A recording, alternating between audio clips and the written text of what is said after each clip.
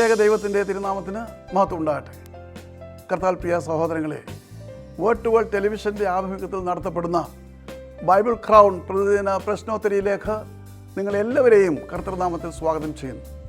നമ്മുടെ ഇന്നലത്തെ ചോദ്യം: യേശു വിളിക്കുന്നതിന് മുൻപ് അന്ത്രയാസ് ഉപജീവനത്തിനായി എന്ത് ജോലിയാണ് ചെയ്തിരുന്നത്? ഉത്തരം: മീൻപിടുത്തം. ഇന്നലത്തെ വിജയി: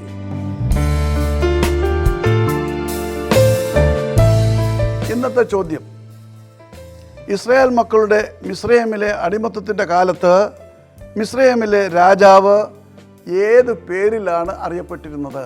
ചോദ്യം ഞാൻ ആവർത്തിക്കുന്നു. ഇസ്രായേൽ മക്കളുടെ മിസ്രയീമിലെ അടിമത്തത്തിൻ്റെ കാലത്ത് മിസ്രയീമിലെ രാജാവ് ഏത് പേരിലാണ് അറിയപ്പെട്ടിരുന്നത്? ഉത്തരം വേഗം അറിയിക്കുക, സമ്മാനം നേടുക. ദൈവം നമ്മെ അനുഗ്രഹിക്കട്ടെ. താഴെ കൊടുത്തിരിക്കുന്ന വാട്സാപ്പ് നമ്പറിൽ നിങ്ങളുടെ ഉത്തരങ്ങൾ അയയ്ക്കുക.